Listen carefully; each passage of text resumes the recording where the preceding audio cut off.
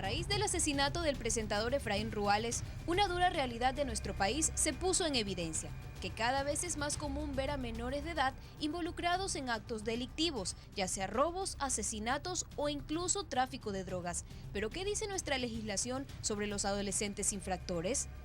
Desde que el niño nace hasta los 12 años, el niño es inimputable. ¿Qué quiere decir esto?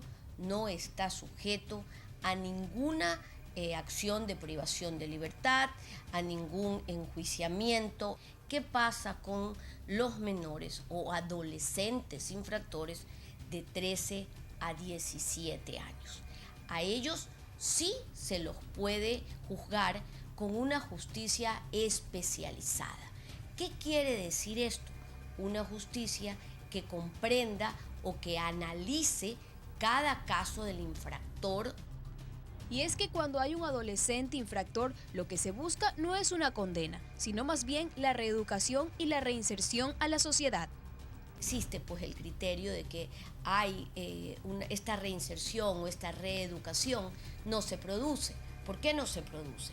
Porque tenemos los lugares en donde están los adolescentes con un hacinamiento increíble, porque tenemos también que la sociedad, como sociedad, le quedó debiendo a los adolescentes y ellos fueron presas de bandas en los cuales hay una desconexión total de la familia con el chico. Pero ¿qué pasa en el caso de que se determine que alias Ñorqui o cualquier otro menor de edad sí haya participado en un crimen? ¿Cómo se procede ante estos sucesos? Si el adolescente ha cometido un delito, esto va a ser juzgado por una justicia especializada. Van a determinar primero que el adolescente tenía la madurez y el conocimiento de lo que estaba haciendo, y segundo, se le van a dar medidas acorde a su edad y acorde al delito que haya cometido.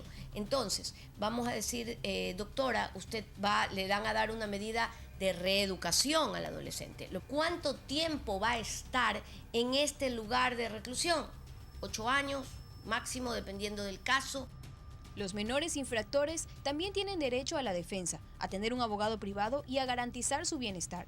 Lastimosamente, esto es algo que conocen muy bien las bandas delictivas en el país, por lo que se aprovechan de los adolescentes para entrenarlos y así que ellos cometan estos actos que tanto daño causan en nuestra sociedad.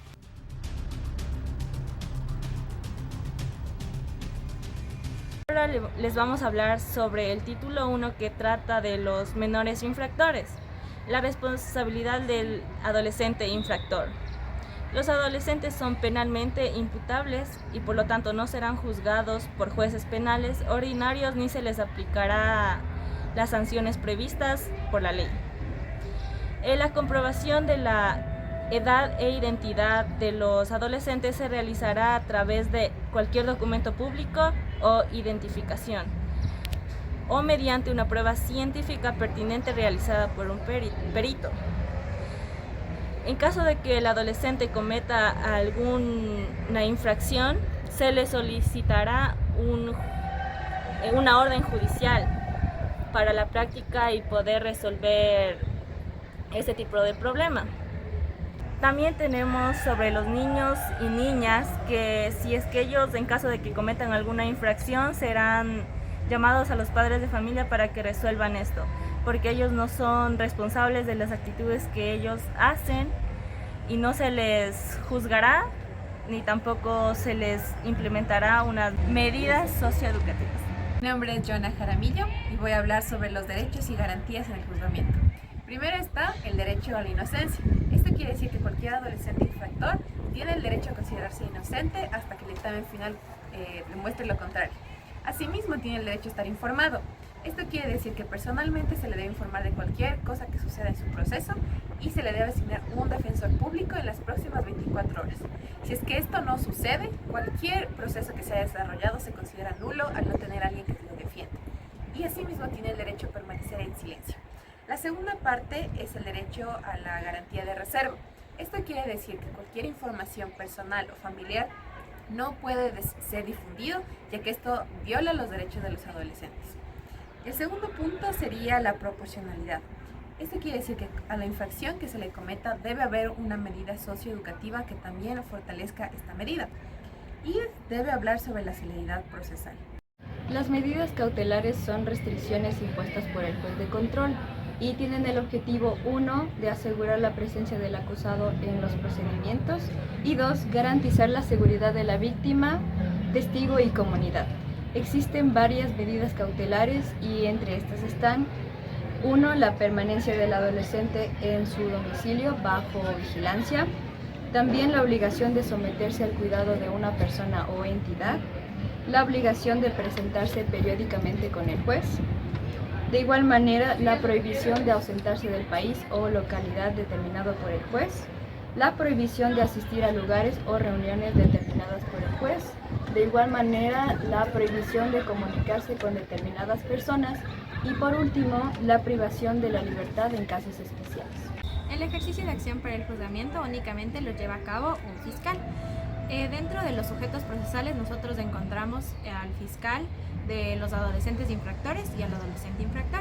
Dentro de las atribuciones que tienen los fiscales están dirigir la investigación pre y procesal, decidir si se justifica el ejercicio de la acción penal y dirigir la investigación policial en algunos casos. La víctima puede denunciar los hechos al fiscal y participar en el proceso e interponer los recursos cuando lo crea necesario con el fin de defender sus intereses.